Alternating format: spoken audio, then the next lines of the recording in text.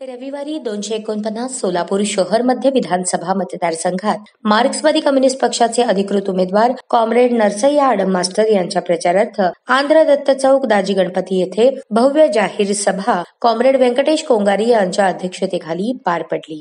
इथल्या सगळ्या तरुणाला मी जाहीर अभिवादन देतो.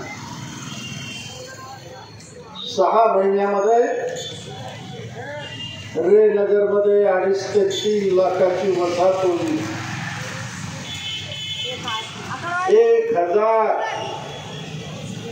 तरुणांना आम्ही काम देणार ते आमच्या हातात आहे. आणि या भागामध्ये कमीत कमी 200 तरुणाला आम्ही रोजगार दिल्याशिवाय गप्प बसणार नाही. त्यांचा पगार राहील महिन्याला 20,000.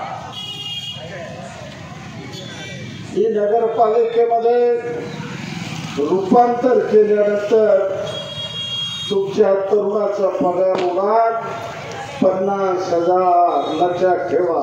यावेळी बोलताना मार्क्सवादी कम्युनिस्ट पक्ष पॉलिट ब्युरो सदस्य डॉक्टर अशोक ढवळे म्हणाले की आमदारांना प्रत्येकी जे आपल्याला कल्पना करता येत नाही, प्रत्येकाला 50 खोके दिले. खोक्याचा अर्थ कळतो का हो तुम्हाला? कळतो ना? कळतो. आज महाराष्ट्रातल्या शेवड्या पोराला सुद्धा कळतं की 1 खोकं म्हणजे 1 कोटी. पूर्वी हिशोब असायचा, पेट्यांचा हिशोब असायचा. जुना काळ होता, लाखांमध्ये भ्रष्टाचार व्हायचा.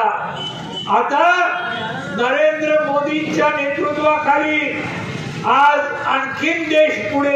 यावेळी व्यासपीठावर माजी नगरसेविका नसीमा शेख, शिवंता देशमुख, सुनंदा बल्ला, कॉम्रेड मुरलीधर सुंचू, दिनेश अण्णा घोडके, निलेश शिंदे, मनीष चव्हाण, अशोक बल्ला यांची उपस्थिती होती. या सभेचे सूत्रसंचालन व आभार प्रदर्शन ॲडव्होकेट अनिल वासम यांनी केले.